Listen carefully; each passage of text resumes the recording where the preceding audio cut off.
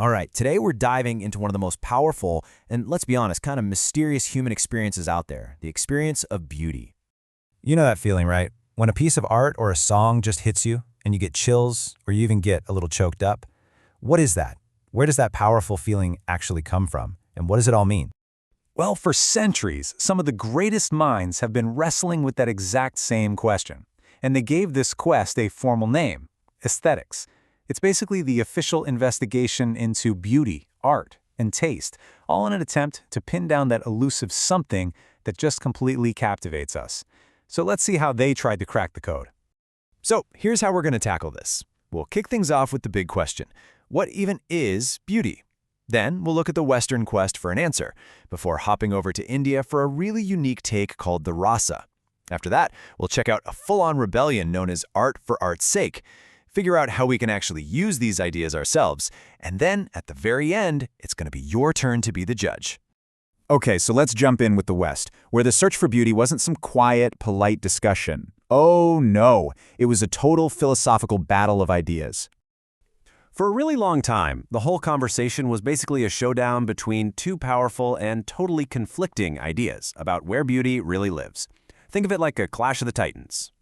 Okay, so in one corner, you've got classicism. The big idea here is stability. Think of those perfectly proportioned Greek statues or the incredible mathematical harmony of a building like the Parthenon. It's all about logic, order, and balance. The goal is to create something that feels perfect, restful, and timeless.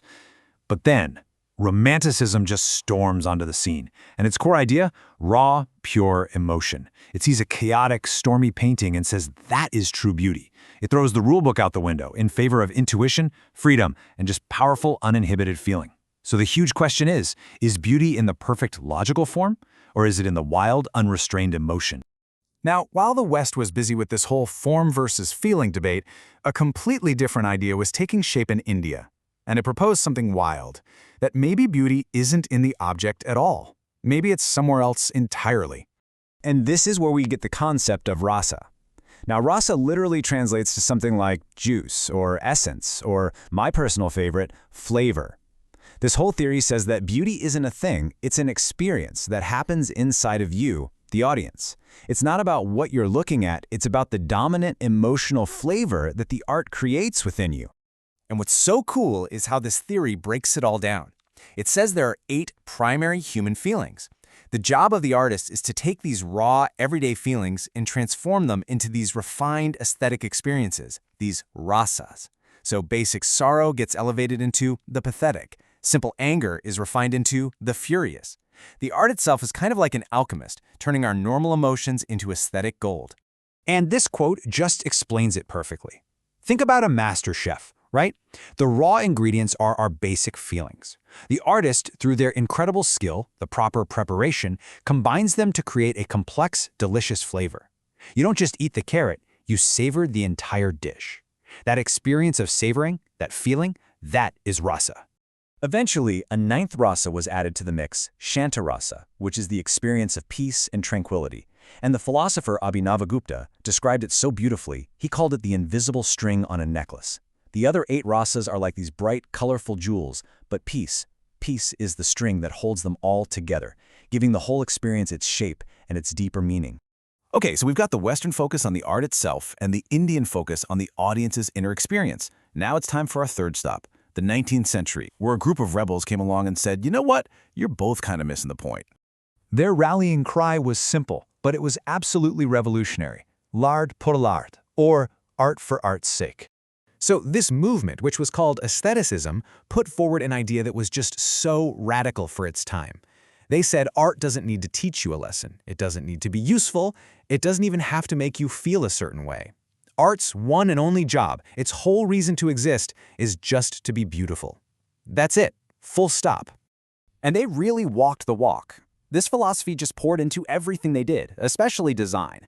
You can see it in things like this rich, dark, ebonized wood with these shimmering gold details, a heavy influence from Japanese art, and this obsession with natural shapes, especially flowers and, of course, the iconic peacock feather. For these guys, the aesthetes, beauty wasn't just for a museum. It was something you should build into every single corner of your life. So, we've explored the Western battle of form versus feeling, we've talked about savoring and experience with rasa, and we've seen the rebellion of art for its own sake. But, what does any of this mean for us, today, when we're just standing in front of a painting?